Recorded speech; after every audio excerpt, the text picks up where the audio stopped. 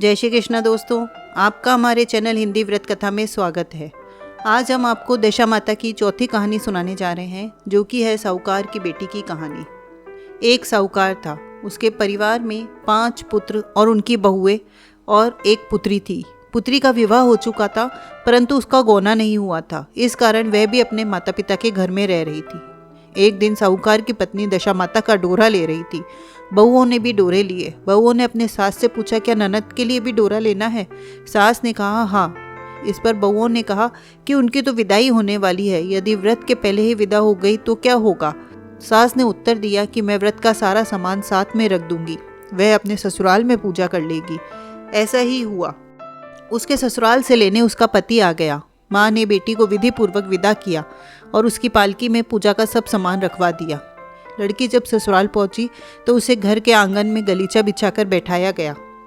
आस पड़ोस की महिलाएं नई बहू को देखने आई। सब उसकी सुंदरता और गहनों की तारीफ करने लगे। किसी की निगाह उसके गले में बंधे डोरे पर पड़ गई। वह बोली, बहू की माँ बड़ी टोटके वाली है। सबकी निगाहें उसकी बात सुनकर उसके गले में पड़े डोरे पर पड़ी। सभी स्त्रियां डोरे के बारे में अपनी अपनी राय प्रकट करने लगी। शाम को सास, ननद, देवरानी, जेठानी, घर की सभी स्त्रियों भी उसी डोरे पर चर्चा करने लगी। सब डोरे की निंदा कर रही थी। सुबह से शाम तक डोरे के बारे में सुनते सुनते बहू का दिमाग खराब हो गया। उसने डोरे को गले से उतार कर जलती हुई आग में डाल दिया। डोरे के जलते ही सारे घर में आग लग गई। घर में रखा सब धन धान्य जल गया। सब आदमी अपने प्राण बचाकर घर के बाहर भागे। अब घर में केवल नई बहू और उसका पति रह गया, बाकी सब भाग गए थे।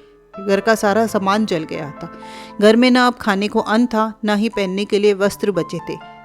इसलिए दोनों पति पत्नी गांव छोड़कर रोजगार खोजने चले गए। चलते चलते वे उसी गांव में पहुंच गए जहां की वह लड़की थी।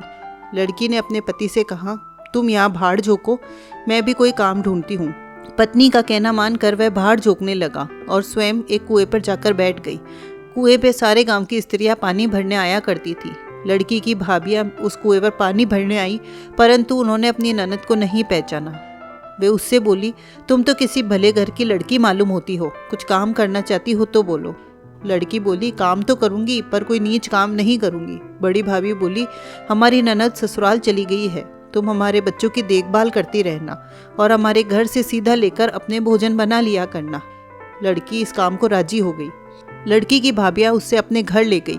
लड़की की भाभियां अपने घर आई और सास से बोली कि कुएं पर एक अनाथ लड़की बैठी है, वह हमारे घर रहने और बच्चों की देखभाल करने को राजी है, आप कहें तो हम उसे रख लें। सास ने कहा, खुशी से रख लो, परंतु आपस में कलह मत करना। सब बहुएं राजी हो गई। वह वापस कुएं पर आई और उसे घर ले आई। वह अपने भतीजे और भतीजियों की देखभाल करने लगी और अपना जीवन निर्वाह करने लगी। एक दिन दशा माता का डोरे लेने का अवसर आया। सास के कहने पर सब बहुओं ने डोरा लिया। बहुओं ने सास से पूछा कि क्या इस लड़की का भी डोरा लेना है? सास ने कहा हाँ। बहुओं ने कहा, इसी प्रकार आपने ननद जी के लिए भी डोरा लिया था, परंतु पूजा से पहले ही विदा हो गई थी। इस लड़की का डोरा दिलाना चाहती हो? यदि यह भी पूजा के पहले चली गई तो क्या होगा? सास बोली, तुम्हारी ननद ने अपने घर जाकर पूजा की होगी। ये लड़की पूजा होने तक इसी घर में रहेगी तो अपने आप पूजा में शामिल हो जाएगी। यदि कहीं चली गई तो वहां पर भी पूजा कर लेगी। सर्वसम्मति से लड़की ने भी दशा माता का डोरा लिया। 9 दिन तक दशा माता की कहानी और व्रत पूजन में शामिल होती रही।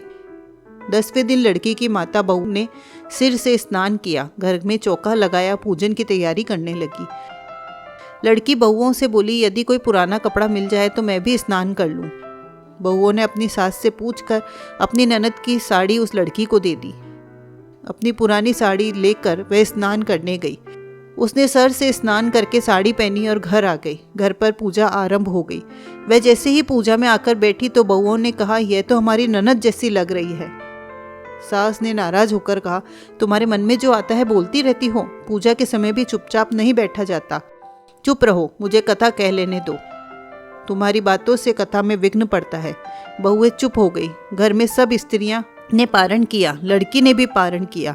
उसके बाद स्त्रियां एक दूसरे का सर गूंथने लगी। एक ने लड़की का सर गूंथना शुरू किया तो वह बोली, जैसी गूंथ तुम्हारे सर में है वैसी गूंथ हमारी ननद के सर में भी थी।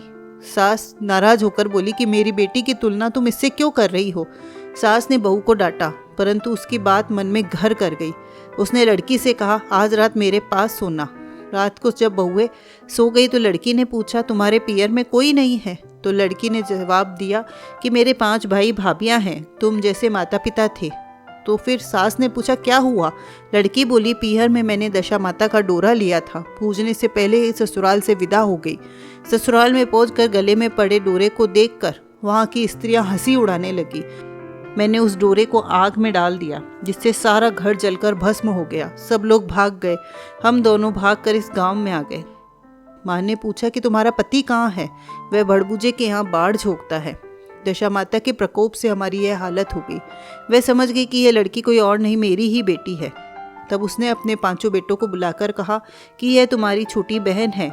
सवेरे होते ही माता के कहने पर 5 भाई बड़बूजे के यहाँ से बहनोई को लेकर आए। उन्होंने उसको स्नान कराया, उत्तम वस्त्र पहनाए। कपड़े पहनकर वह सुंदर साहूकार दिखाई देने लगा। वह कुछ दिन ससुराल में लेकर अपने घर को चला। घर पहुंचकर उसने देखा कि सब लोग पहले की तरह सुखपूर्वक रह रहे हैं। इसके बाद वह अपने ससुराल आया और अपनी पत्नी को विदा कर घर ले गया। वह अपनी दशा पर विचार करती हुई जा रही थी। मार्ग में एक नदी पड़ी। नदी में स्नान करके अप्सराएं माता दशा माता का डोरा ले रही थी। उनके पास एक डोरा बच गया था। वह अप्सराएं बोली, यदि इस डोली में कोई उच्च वर्ग की स्त्री हो तो उसे ये डोरा दे दो। उन्होंने डोली के पास जाकर पता किया। वह डोरा उस लड़की को दे दिया। जब लड़की अपनी ससुराल पहुंची तो सास थाली सजाए, ननद कलश लिए, दौरानी जेठानी अन्य मांगलिक वस्तुएं लिए उनका स्वागत करने के लिए खड़ी थी। ने एक दस्तूर हो जाने के बाद लड़की को आसन पर बैठाया गया। आसन पर बैठने के बाद लड़की ने कहा, आप लोगों ने पहली बार दशा माता के डोरे के लिए अपशब्द कहे थे, जिसका फल ये हुआ कि घर के सब लोग बिछड़ गए थे और घर का धन धान्य जलकर नष्ट हो गया था। बड़ी मुसीबतें उठाने के बाद अब अच्छे दिन आए हैं। आप में से कोई भी अब मेरे दशा माता के डोरे की निंदा करने की भूल ना करे। जब मेरा व्रत हो तब सब श्रद्धापूर्वक पूजा करें। सबने खुशी खुशी उसकी बात मान ली। 9 दिन तक व्रत चलता रहा। 10वें दिन विधि पूर्वक डोरे की पूजा की गई। 7 सुहागिनों को नोता दिया गया। उनका श्रृंगार करके आंचल भरा गया। इस प्रकार दशा माता का पूजन समाप्त हुआ। जिस प्रकार दशा माता ने लड़की के दिन फेरे, वैसे ही सब पर दया करना। बोलिए दशा माता की जय हो। तो दोस्तों, आपको ये कहानी, ये जानकारी अच्छी लगी हो तो प्लीज़ लाइक करें, कमेंट करके हमें प्रोत्साहित करें और हमारे चैनल को सब्सक्राइब करें। धन्यवाद।